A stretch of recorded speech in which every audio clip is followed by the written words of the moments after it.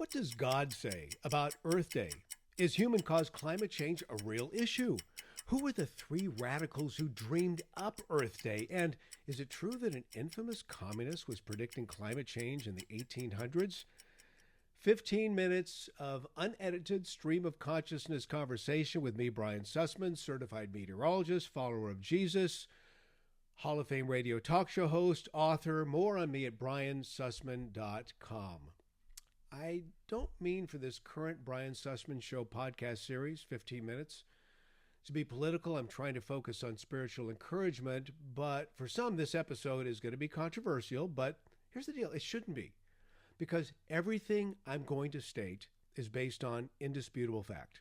I'll be sharing content from 3 books: the Bible, my first book, Climate Gate, and my third book, which was published last year, Climate Cult: Exposing and Defeating Their War on Life, Liberty, and Property.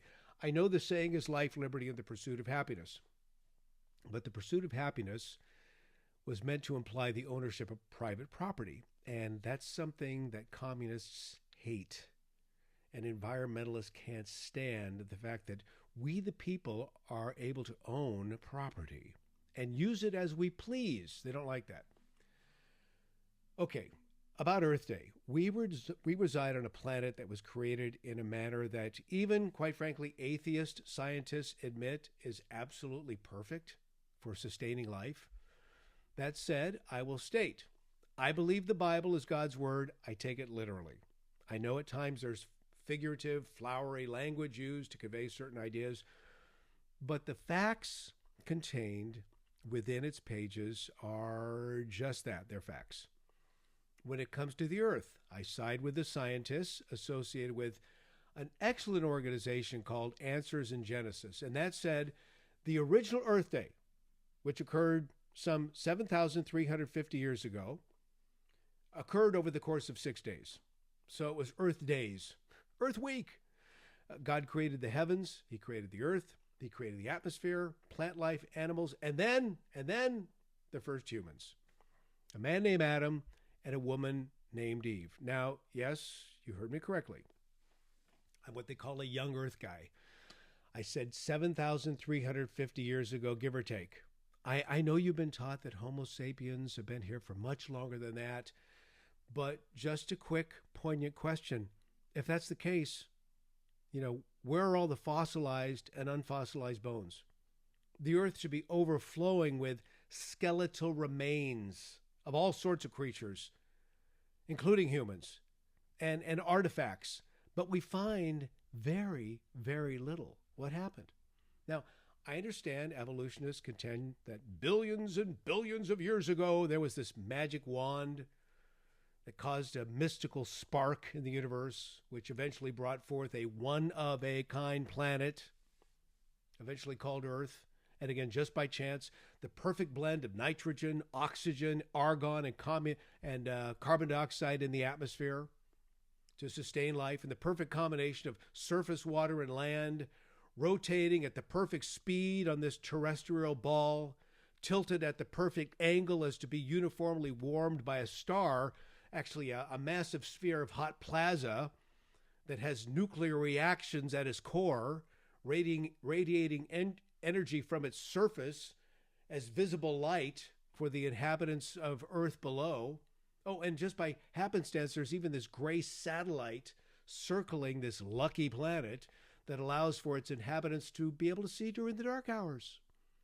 And then in the sky, there are all of these wonderful stars, which help with things like telling the time and marking the years and allowing for navigation.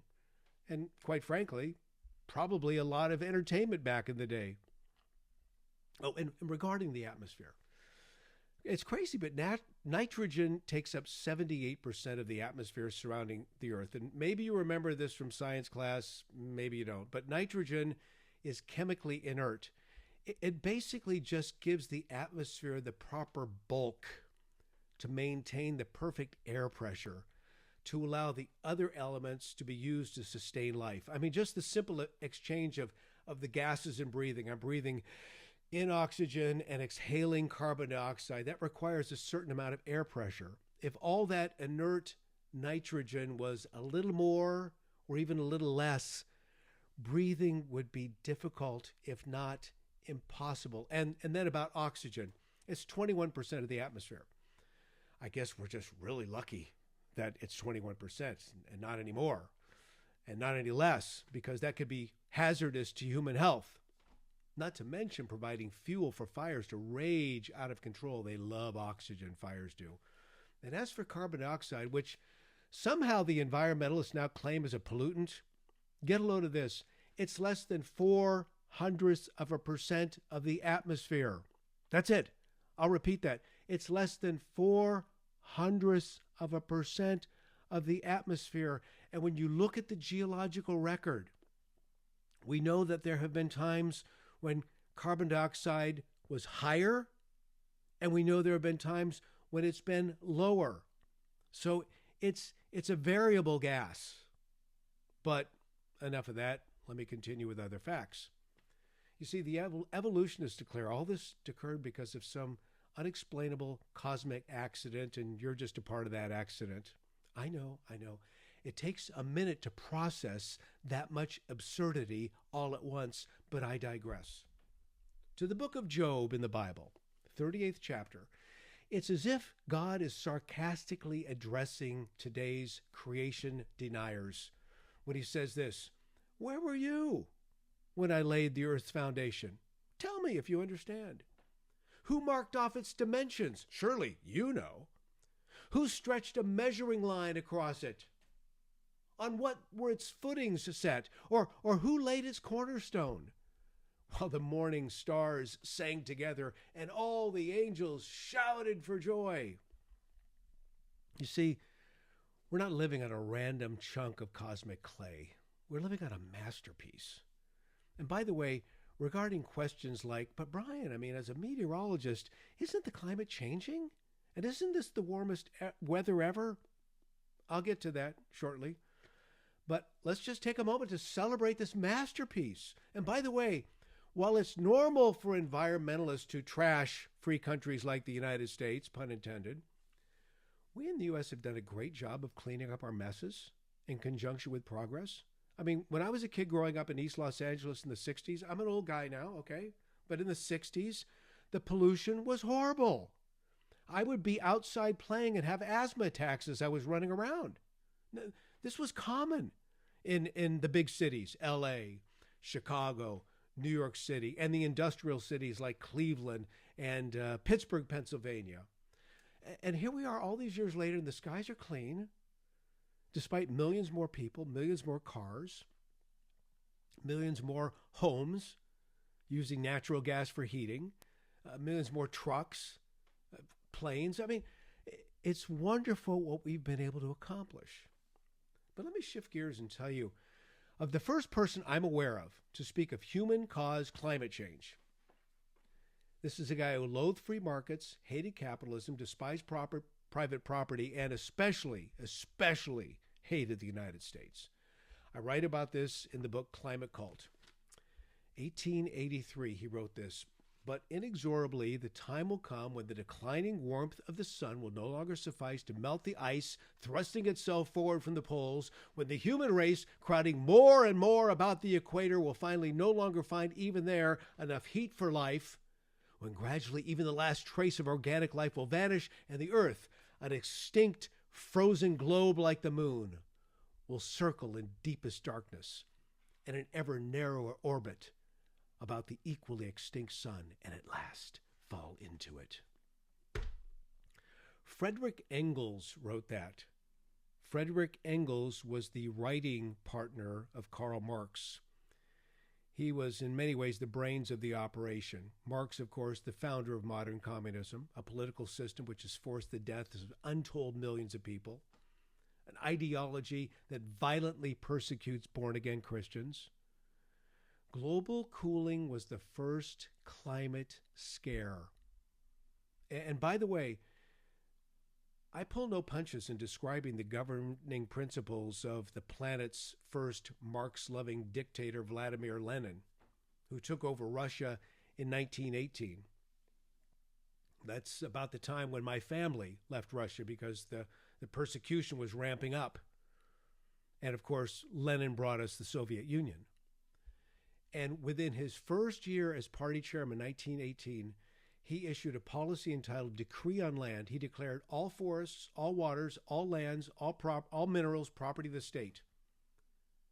And he started putting off those wonderful treasures. He wouldn't allow the people to mine, to cut wood for firewood.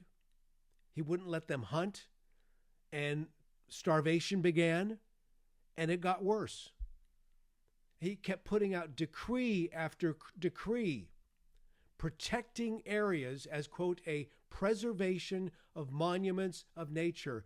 He loathed the people. He was an environmentalist, and people starved, and his economy caved. But he kept writing these papers, which I've read all of them, and I talk about them extensively in Climate Cult. While the economy of his empire was in shambles, paper after paper about saving the environment from hunting, fishing, mining, oil, harvesting timber. The poster child for environmentalism, and I'll tell you something else about the first Earth Day regarding Vladimir Lenin in just a moment. Who put together this Earth Day? Oh, and why were they big fans of Vladimir Lenin? Because they were communists. First, we had a senator, uber-liberal senator from Wisconsin in the 60s and 70s, Gaylord Nelson. Can I tell you something? He made Elizabeth Warren and Bernie Sanders look like moderates. He got together with a guy named Paul Ehrlich. Paul Ehrlich was a professor at Stanford University. He wrote The Malthusian Missive Population Bomb, a book filled with lies, misinformation, wild political rhetoric like this. He said, we must have population control at home, hopefully through changes in our value system, but by compulsion if voluntary methods fail.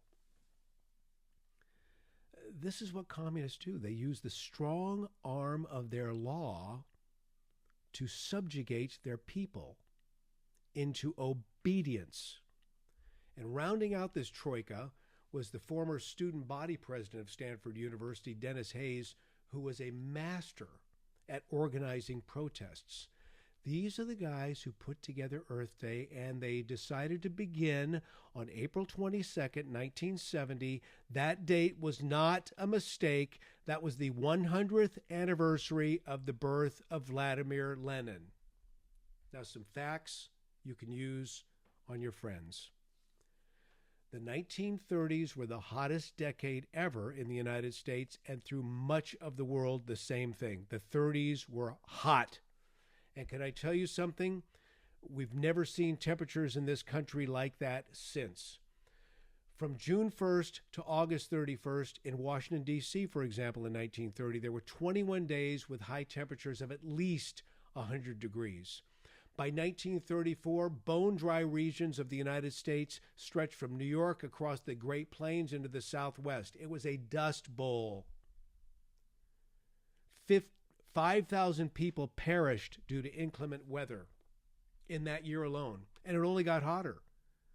1936 experienced the hottest overall summer ever recorded, for example, in the continental United States, and we have the best weather records of anybody. July 21st, 1930, 110, Millsboro, Delaware. I'll just give you a few. I have all this in Climate Cult. Keokuk, Iowa, July 20th, 1934, 118. Steele, North Dakota, July 6, 1936, 121 degrees. And it goes on and on. The blistering heat from the 30s lingered into the 40s, and then suddenly in the mid-40s, there was a drop in temperature, a radical drop in temperature. And that's when people started saying, oh, it's another ice age. Time magazine said it was an ice age. Science magazine said it was an ice age. The New York Times talked about a coming ice age. In fact, during the summer, I should say the winter of 1977, 1978, snowfall records were broken throughout the Midwest and Northeast states. 100-mile-per-hour winds ripped through Indiana, record cold throughout the nation. But this is what the climate does. It's ever-changing. There are warm spells, there are cooler spells. there was an incredible warm spell that lasted from about the year 1000 to the year 1350. Much warmer than today. And there was a cool spell that lasted from 1350 to about 1900. We've never seen anything like it since. So there are ups and downs in the temperature.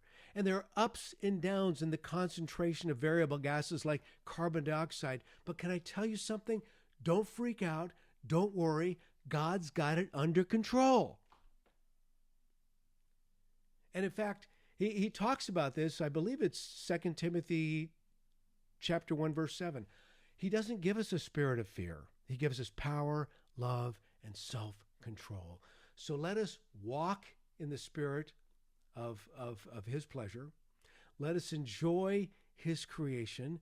Let us not get freaked out by these liars who are trying to scare us in submission by using the environment to put forward more laws and more rules and more regulations. And let us worship him. If you enjoyed this podcast, please share. Don't forget my book, Climate Cult. And until next time, may God richly bless you.